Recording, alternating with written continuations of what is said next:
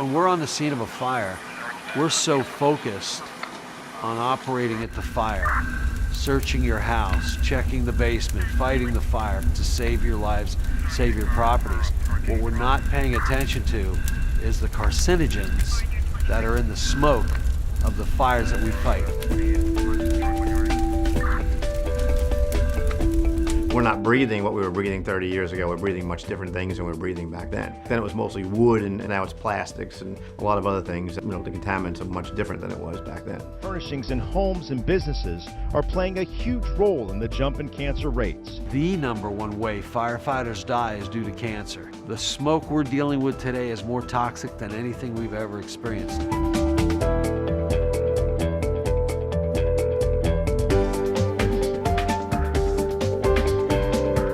Off-gassing of our gear, sending those fumes, sending those particulates of cancer-causing carcinogens into the air.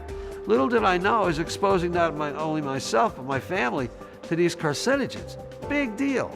And there's got to be some solutions to that. I'm one of those old-timers who likes that smelly gear in the back of my truck, but I realize that's not a good idea anymore, so we probably shouldn't do that anymore.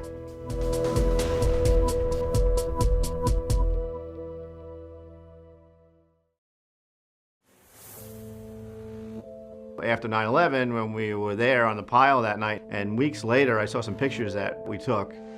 The same picture with a flash compared to the picture without a flash, it looked like it was a snowstorm. We had no idea we were breathing all that stuff. We had no idea that stuff was everywhere. And that kind of hit me and said, holy cow, what are we breathing here? What is this stuff?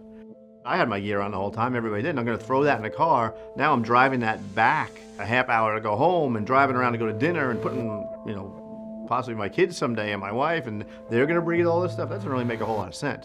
So that's kind of when it hit me originally that maybe this is a problem.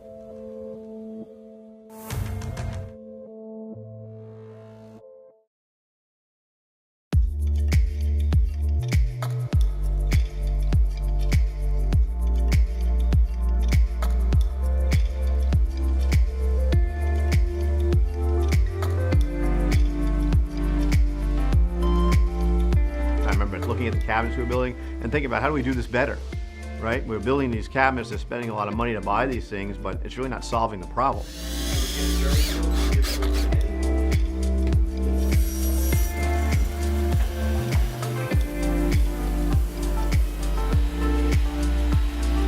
First we just made a box, right? You throw it in a box and that's great, it solves that problem, right? And that's not an issue.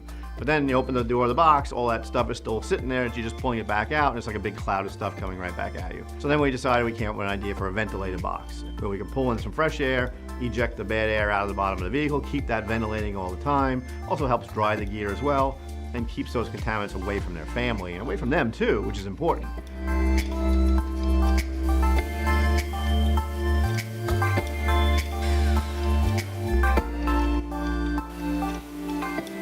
The Gear Clear has a metal insert sealed box that goes in, so it's not just a plywood box, it's a manufactured steel box that goes in there. It has a 3/4 inch door that is sealed with a compression lock that keeps it closed tightly so that when everything is in there, it doesn't leak out. There's fresh air coming in and it exhausts out of the vehicle. By nature, as firefighters, we're selfless. We don't really worry about ourselves. But we sometimes have to slow down and take a breath and realize that the people at home, they're kind of counting on you to make it home. And I think life is probably better for them with me in it than me not in it, or me getting cancer and taking 10 years to die.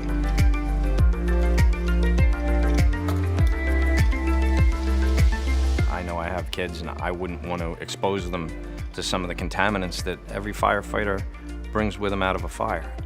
Our system just seals it up, holds it in one place and circulates air and vents it out of the car. It's something that everybody should have. Whoever's in the car, plus you as the driver, you're being exposed to this absolutely unnecessarily. And again, you're gonna put a box in the back anyway, you're gonna have command equipment. Why wouldn't you do this?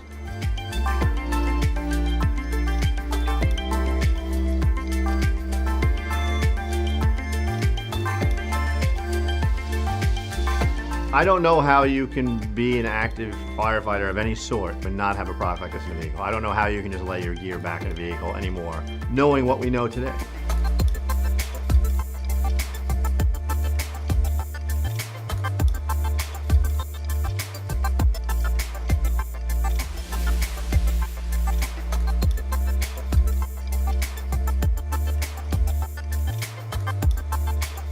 We're talking about a box in the back of a vehicle that we know can measurably reduce carcinogens. Why wouldn't you do that?